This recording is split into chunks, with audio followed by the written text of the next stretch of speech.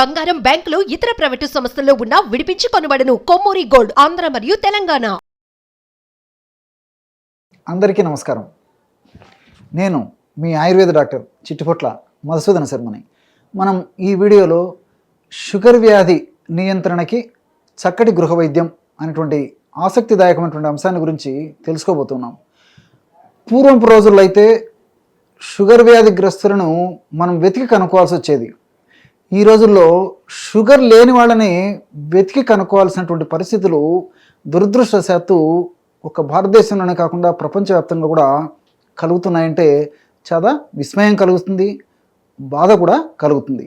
ఈ షుగర్ వ్యాధి నియంత్రణకి గత కొన్ని వీడియోలో కూడా చాలా చక్కటి వైద్య విధానాలను తెలియజేయడం జరిగింది. వాటిని ఫాలో అయ్యి చక్కటి లబ్ధి పొంది ఆ యొక్క సంతోషాన్ని మాతో వ్యక్తం చేయడం కూడా జరిగింది. ఈ వీడియోలో మరొక ఫార్ములాని షుగర్ వ్యాధి నియంత్రణకి మనం తెలుసుకోబోతున్నాం. ఈ యొక్క ఫార్ములా తయారీకి 2 పదార్థాలు అవసరమవుతాయి. మొదటిది నల్ల జీలకర్ర. బాగా నిదానంగా రాసుకోండి. నల్ల జీలకర్ర. చాలామందికి జీలకర్ర గురించి తెలుసు, కానీ నల్ల జీలకర్ర గురించి చాలామందికి తెలియదు. జీలకర్రని సాధారణంగా ఆహార పదార్థాలు, వంటకాల తయారీలో వాడితే నల్ల జీలకర్రని చాలా వరకు ఔషధపరంగా వాడుకుంటూ ఉంటారనమాట. ఈ నల్ల జీలకర్ర కూడా మనకు సంవత్సరం అంతా కూడా ఈ డిపార్ట్మెంటల్ స్టోర్స్లోనూ పచారీ కొట్లలో దొరుకుతూ ఉంటుంది. నల్ల జీలకర్రని తెచ్చుకొని శుభ్రం చేసేసి కాస్త వేయించేసేసి మెత్తగా చూర్ణం తయారు చేసి ఒక 15 గ్రాములు నల్ల జీలకర్ర చూర్ణం తీసుకోవాలి. అదేవిధంగా మెంతులను వేయించేసేసి చూర్ణం చేసి ఆ మెంతుల చూర్ణం ఒక 150 గ్రాములు తీసుకోవాలి. నల్ల జీలకర్ర చూర్ణము 15 గ్రాములు, మెంతులను వేయించి చేసినటువంటి చూర్ణం అంటే నల్ల జీలకర్రను కూడా వేయించి చేసినటువంటి చూర్ణం 15 గ్రాములు, మెంతులను కూడా వేయించి చేసినటువంటి చూర్ణం 150 గ్రాములు తీసుకోవాలి.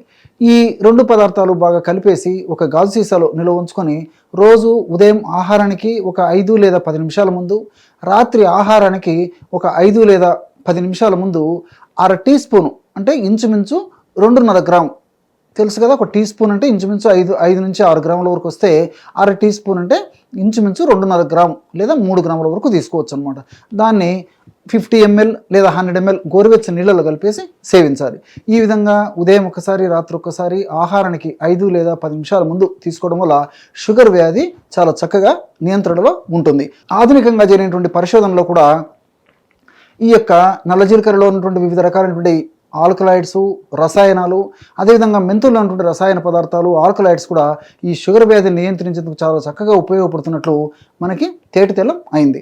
అంతేకాకుండా ఈ రోజుల్లో మీరు గమనిస్తూనే ఉంటారు, కొంతమందికి అయితే ఆధునిక కృత్రిమ రసాయన ఔషధాలు వాడుకోవడం వల్ల షుగర్ కంట్రోల్లో ఉంటుంది, కానీ చాలామందిలో మరి వివిధ రకాలైనటువంటి కారణాల రీత్యా ఒక తాయాన్న షుగర్ కంట్రోల్ కాదు. తప్పని పరిస్థితుల్లో వైద్యులు ఆ యొక్క వాడేటువంటి ఔషధాల డోస్ పెంచడం కానీ, అదేవిధంగా ఔషధాలకు తోడు మరొక ఔషధాన్ని యాడ్ చేయడం కానీ, అదేవిధంగా మరీ తప్పని పరిస్థితుల్లో అయితే వీటికి తోడు లేకపోతే ఇన్సులిన్ వాడడం కానీ, ఇలాంటివన్నీ కూడా చేస్తూ ఉంటారు. ఏది ఏమైనప్పటికీ మరి తప్పని పరిస్థితుల్లోనే డాక్టర్స్ మరి అది కంట్రోల్ కాకపోవడం చేత వాడుతూ ఉంటారు. కాబట్టి మరి వాటి వల్ల మరి సైడ్ ఎఫెక్ట్స్ లేకుండా ఉండాలంటే వాటి యొక్క డోసు మనం తగ్గించేటువంటి పరిస్థితి ఉంచుకోవాలన్నమాట. మరి వాటి యొక్క డోస్ తగ్గించాలి, అదేవిధంగా వాటి వల్ల కలిగేటువంటి దుష్పరిణామాలు రాకుండా ఉండాలి, షుగర్ వ్యాధి నియంత్రణలో ఉండాలి అంటే క్షేమదాయకమైనటువంటి ప్రకృతి సిద్ధమైనటువంటి అనేక ఔషధాలు మనకు తటస్థపడుతూ ఉంటాయి. వాటిల్లో ఇప్పుడు నేను చెప్పినటువంటి ఔషధం కూడా చాలా అద్భుతంగా పనిచేస్తుంది.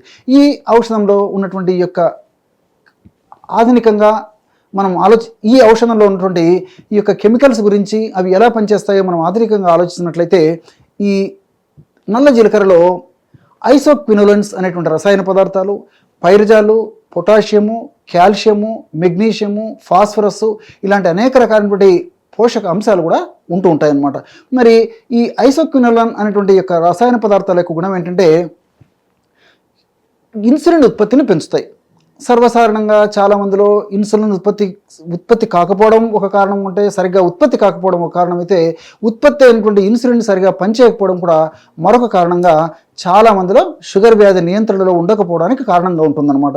మరి ఈ యొక్క ఐసోక్వినోన్ అనేటువంటి రసాయన పదార్థాలు మనం ఇందులో ఉన్నాయి కాబట్టి ఈ యొక్క నల్ల జీలకర్రని ఈ పద్ధతిలో వాడుకోవడం వల్ల ఇందులో ఉన్నటువంటి ఐసోక్వినోన్ అనేటువంటి రసాయన పదార్థాలు ఈ ఇన్సులిన్ ఉత్పత్తిని పెంచి ఇన్సులిన్ సక్రమంగా పనిచేసేట్టు కూడా ఈ యొక్క పదార్థాలు ఉపయోగపడతాయి. అంతేకాకుండా అనేక రకాలైన పోషకాంశాలు కూడా ప్రత్యక్షంగా పరోక్షంగా బాడీని నీరసం రాకుండా, అదేవిధంగా ఈ నరాల యొక్క డ్యామేజ్ కాకుండా కూడా ఈ నల్ల జీలకర్రలో ఉన్నటువంటి ఈ పోషకాంశాలు ఉపయోగపడతాయి. అంతేకాకుండా మెంతుల గురించి ఆలోచించినట్లయితే మెంతుల్లో 4-హైడ్రాక్సీ ఐసోల్యూసిన్ అనేటువంటి అమినో యాసిడ్, సాపోనిన్స్, ఫైబరు అనేటువంటివి ప్రధానంగా రసాయన అంశాలుగా ఉంటాయన్నమాట. మరి 4-హైడ్రాక్సీ ఐసోలిన్ అనేటువంటి రసాయన పదార్థం మెంతులు ఉండడం వల్ల ఈ యొక్క రసాయన పదార్థం గుణం ఏంటంటే ఇన్సులిన్ ఉత్పత్తిని ఇది కూడా పెంచుతుంది అనమాట.